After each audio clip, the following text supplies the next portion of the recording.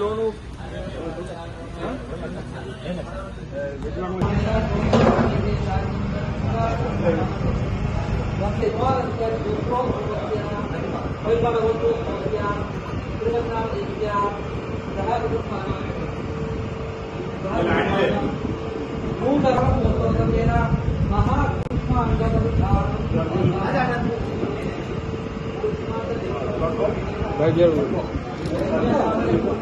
త్యాగారండి బంధువులు గారు కొంచెం వెనకాలకు జరండి.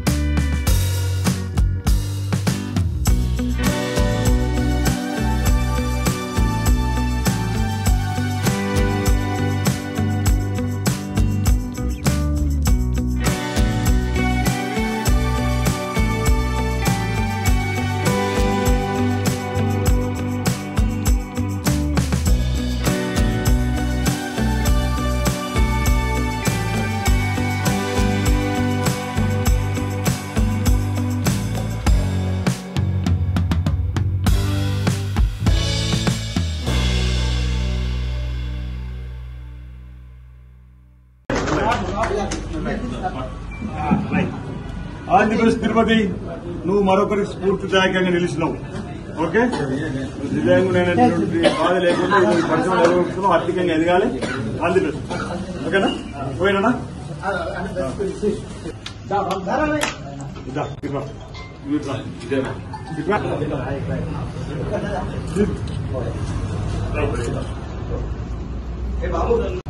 ఎస్సీ కార్పొరేషన్లో 2 లక్షల లోన్ ద్వారా మేము పేపర్ ప్లేట్ మ్యానుఫ్యాక్చరింగ్ పెట్టుకోవడం జరిగింది.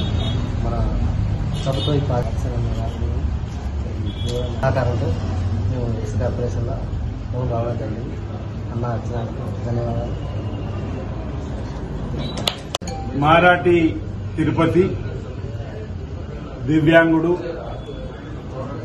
ఇతనికి ఓ పరిశ్రమ నెలకొల్పాలని చెప్పినటువంటి ఆలోచనతోటి, ఒక ఆసక్తి తోటి ఎస్సీ కార్పొరేషన్ లో దరఖాస్తు పెట్టుకోవడం, రుద్రవరం యూనియన్ బ్యాంక్ ద్వారా ఈ 2 లక్షల యూనిట్లో 1,40,000 సబ్సిడీ రూపంలో ప్రభుత్వం ఇచ్చిన సందర్భంలో మిగతా 60,000 పాత ఆంధ్ర బ్యాంక్ యూనియన్ బ్యాంక్ ద్వారా మంజూరు కాబడి తన కాళ్లపై తను నిలబడతానని చెప్పిన ఒక ధైర్యంతో దివ్యాంగులు అనేటువంటి ఆలోచన రాకుండా మరొకరికి ఉద్యోగం ఇచ్చేటువంటి స్థితిలో నేను ఉంటానని చెప్పిన ఆలోచనతోటి ముందుకు రావడం అభినందనీయం. తిరుపతి సందర్భంగా అభినందిస్తా ఉన్నా.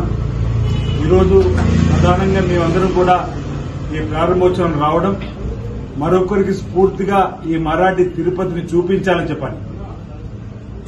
దివ్యాంగులు అనేటువంటి భావన ఆలోచన ఎప్పుడు కూడా మనసులోకి తీసుకోకుండా ఓ మనోధైర్యంతో ప్రభుత్వం ఇచ్చేటువంటి సంకల్పాన్ని, ప్రభుత్వం ఇచ్చేటువంటి సబ్సిడీని వెతికి పట్టుకొని మరి 1,40,000 సబ్సిడీని పొంది మిగతా 60,000 కూడా ఇతరుపై నమ్మకంతో యూనియన్ బ్యాంకు మంజూరు ఇచ్చి ఈరోజు ఇక్కడ ఈ విస్తారాకుల ఏదైతే తయారీకి సంబంధించినటువంటి మిషనరీని ప్రారంభం చేసుకున్నాం. దీనివల్ల తిరుపతి కుటుంబం ఆర్థికంగా ఎదగాలి. తిరుపతి మరొకరికి ఉద్యోగం ఇచ్చే స్థాయిలోకి రావడం అంటే ఇది ఈ ప్రభుత్వం అంటే సంవత్సరం పూర్తి కాబడినటువంటి సంబరాలు జరుపుకునేటువంటి సమయంలో, విజయోత్సవాలు జరుపుకునే సందర్భంలో మరి ఇక్కడ ఈ కార్యక్రమాన్ని మేము వేమరావులో ప్రారంభం చేయడం మరొకరికి స్ఫూర్తిగా. నేను ఉద్యోగ వేటలో ఉన్న యువత విజ్ఞప్తి చేస్తున్న పోటీ పరీక్షల్లో ఉద్యోగం వస్తే సంతోషం.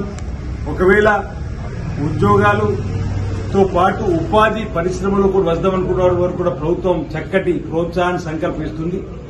మీ ప్రాంతాల్లో ఇలాంటి ఉపాధి పరిశ్రమలు నెలకొల్పడానికి ముందుకు వచ్చినట్టయితే ఎస్సీలకు, ఎస్టీలకు, బీసీలకు ఆయా సంక్షేమ శాఖల ద్వారా ఈ సబ్సిడీ రూపేణా కూడా మరి ప్రభుత్వం నిధులు మంజూరు చేస్తున్నమాట సందర్భం చెప్తూ, అదేవిధంగా ఇందిరా మహిళా శక్తి ద్వారా గతంలో మహిళా తల్లుల్ని ఇంటికే పరిమితి చేసే సందర్భం అయితే కాంగ్రెస్ ప్రభుత్వాన్ని రాజశేఖర్ ముఖ్యమంత్రి అయిన తర్వాత పావుల వడ్డీకే రుణాలిచ్చి అమెరికా అధ్యక్షుడు జార్జ్ బుష్ వచ్చినప్పుడు ఇక్కడ ఉన్నటువంటి అనేక మంది మహిళా తల్లుల్ని ఇక్కడ మహిళలు పచ్చళ్లు తయారీ, ఓంబత్తులు తయారీ, ఊదుబత్తులు తయారీ, చిరు పరిశ్రమల స్థాయిలో మీరు చేయడం సిద్ధంగా ఉన్నటువంటి వారికి పావుల వడ్డీకి రుణాలు చెప్పాడు చెప్పిన సందర్భం.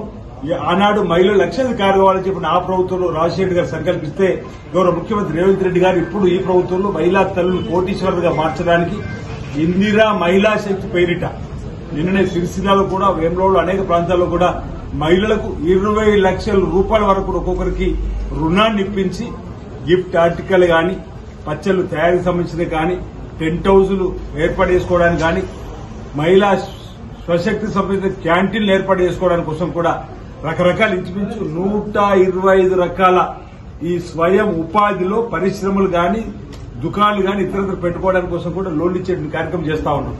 దివ్యాంగులకు గాని, వికలాంగులకు గాని ప్రోత్సాహం ఇవ్వడానికి రాష్ట్రంలోనే కాదు, తెలంగాణ రాష్ట్రంలో కాదు, భారతదేశంలోనే ట్రాన్స్జెండర్లకు, దివ్యాంగులకు, వికలాంగులకు కలిసి ఒక పెట్రోల్ పంపును కూడా రాజన్న సిరిసిల్ల జిల్లా కేంద్రంలో త్వరలోనే ప్రారంభం చేస్తున్నారు. అందులో 24 మంది దివ్యాంగులు, వికలాంగులు, ట్రాన్స్జెండర్ సంబంధించిన వాళ్ళని ఎంపిక చేసి వారికి ట్రైనింగ్ కూడా ఇవ్వడం జరిగింది.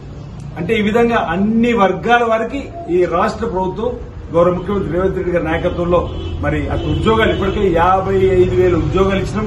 ఈ రోజు మరో 9,500 ఉద్యోగాలు పెద్దపల్లి ఇవ్వబోతున్నాం. సాయంత్రం 2 లక్షలు ఉద్యోగాలు జాబ్ క్యాలెండర్ కూడా విడుదల చేసినాం డిప్యూటీ సీఎం బట్టి విక్రమార్క అసెంబ్లీలో. భవిష్యత్తులో కూడా ఇంకా యువత ముందుకు వస్తే స్వయం ఉపాధిలో సబ్సిడీ పైన వాళ్ళకు రుణాన్ని ఇప్పించేటువంటి కార్యక్రమాన్ని ప్రభుత్వం తీసుకుంటుంది. ఆర్థికంగా ఎదగడానికి ముందుకు రావాలని యువతకు పిలుపునిస్తా ఉన్నాం.